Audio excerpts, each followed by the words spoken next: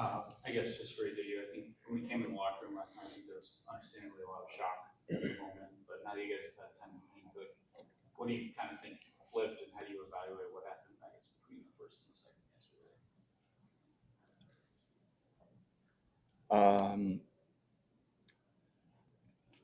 I think they made mistakes in the first period, and we made some mistakes in the second period, and they ended up getting goals. I mean, we had our chances in the first period, and we capitalized on it. They had a couple chances in the second period. One on the power play. Third goal, I didn't really like the way that all went down.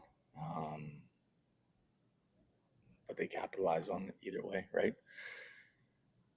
And then they just found a way to win the game. I thought we had chances too, right? We just gotta, I don't know, it sounds easy to say, but maybe compete a little bit harder to lock it down. Just every little detail that we can find. Right side, third row. This question's for Brock. Brock was such a big part of this season. The playoffs, how would you describe it? Is it frustrating that you're giving yourself chances, or your play specifically? As we're used to seeing big goals from you. Is it chances you're missing? You're not in the best position. How would you categorize what's happening in this series specifically? Yeah, for sure. And I think even more frustrating just given how the game's kind of played out too. So have to just continue to believe that you're going to get more looks and capitalize on it and be a difference maker and turn it. Like Manson, we had our looks, a couple looks in the second off the post. Changes the game a bit, but shoulda, woulda, coulda, and we are where we're at right now. And I think it's just having that belief individually for myself to step up, be more of an impact offensively, and I think as a group, the belief that we were one of the best teams in the league all year. We're capable of coming back, and obviously just starts with one game at a time. Right side, fourth row. For Josh and then Brock, if you don't mind, how much of a challenge is it to balance all the emotions involved? You were stunned, angry, and now you got to put your competitive best out there. What kind of challenge is that? Yeah, it's a big challenge, but I mean, I think it's one you got to be excited for, right? Like you win one game and you can think you can get the ball rolling a bit, right? I think it writes a fun story if you look at it that way. If you look at it like, oh, this is too tough of a mountain to climb or whatever it may be, you already have that negative talk. I think you have to look at it in the positive light of what this could be and how we're going to accomplish the goal. Brock, anything to add to that? Yeah, I think there's you have to look both sides, learn from obviously the first couple games, but then I'll know that there's a lot of people out there that would be giving up a lot to be in this position to have a chance. So starts with one game. That's what it comes down to, and taking every little detail, everything, not taking anything for granted, and know that everything matters, and margin for error is razor thin. And like I said, if you find yourself in a spot up, just do whatever it takes. Left side, second row, Derek. Hi, Brock. Derek. And Josh, maybe if you can weigh in on this as well. You seen David get in on the ice last night, and obviously it takes a lot to keep him on the ice. It's probably going to take a lot to keep him out of the game tomorrow. Just a thought on how watching what he went through and got it out reverberates around the bench, and how does that affect the rest of the team? Yeah, I mean, you see a guy like that laying it on the line, just kind of do whatever it takes. And I feel like we say that all the time when people ask about Nate, his mentality, his mindset, preparation. He's not going to leave anything to chance. And then same in his performance on the ice, he does whatever it takes, whatever's kind of called upon him, impacts the game in a lot of different ways. So to see him go down, obviously you kind of hold your breath, but also know that he's a warrior and a competitor, and it's going to take a lot to keep him out. Right side, front row, Eric. Yeah, I mean, listen, that's one of my favorite things about playing with Doug is that regular season, playoffs, doesn't matter what it is, like he's a tough guy, competitor. Like I know whatever happens to him, like if he can't go, it's because he cannot go. Like he will do everything in his power to play, to stay in the game, to help our team win. Like that's just the type of player he is, and I think that's one of the biggest reasons why I love following him as a leader, is just that I know I'm getting everything I got out of it. I know I'm getting everything that he's got to play.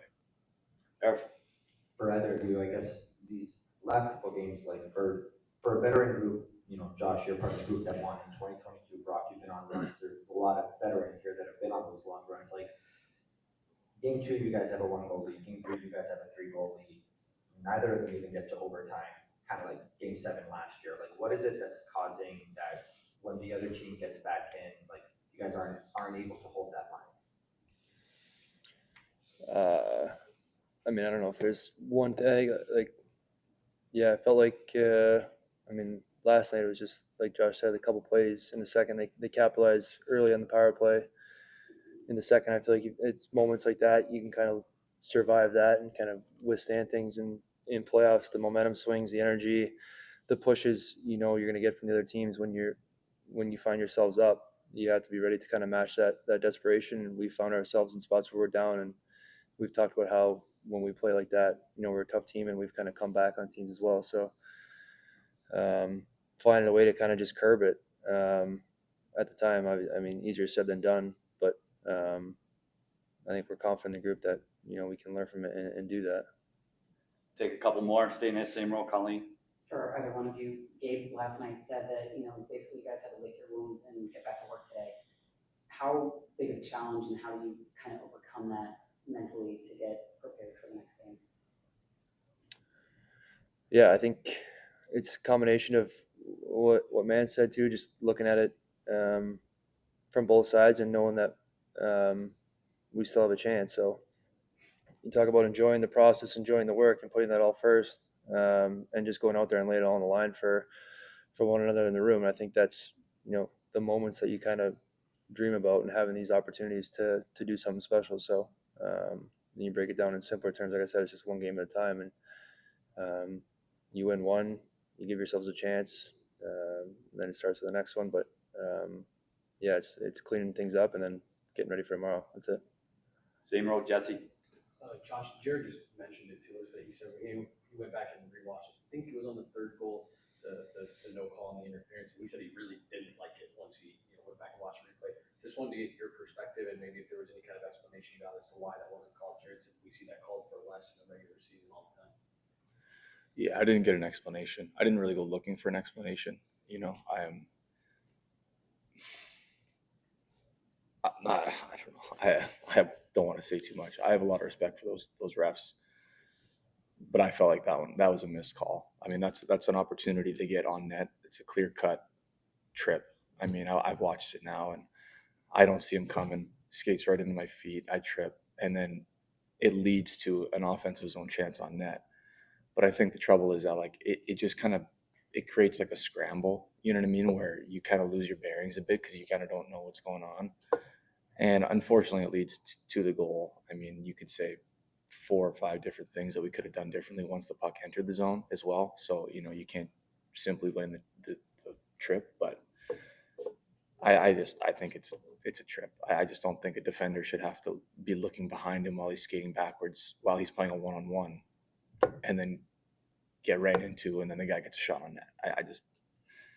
I don't think that's right, but they saw it differently, and I have respect for those guys. So, I mean, that's the call they made.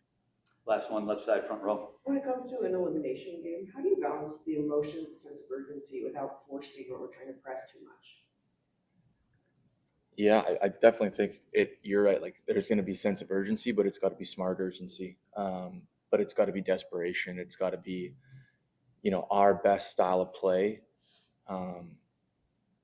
The whole night. I mean, and you got to maintain that sense of like do or die, playing up to the edge. I think that's what makes it so difficult, right? Is that, you know, like Nelly said, the margin for error is so thin now, and you got to be able to balance that now for well, we'd have to do it for at least 12 periods.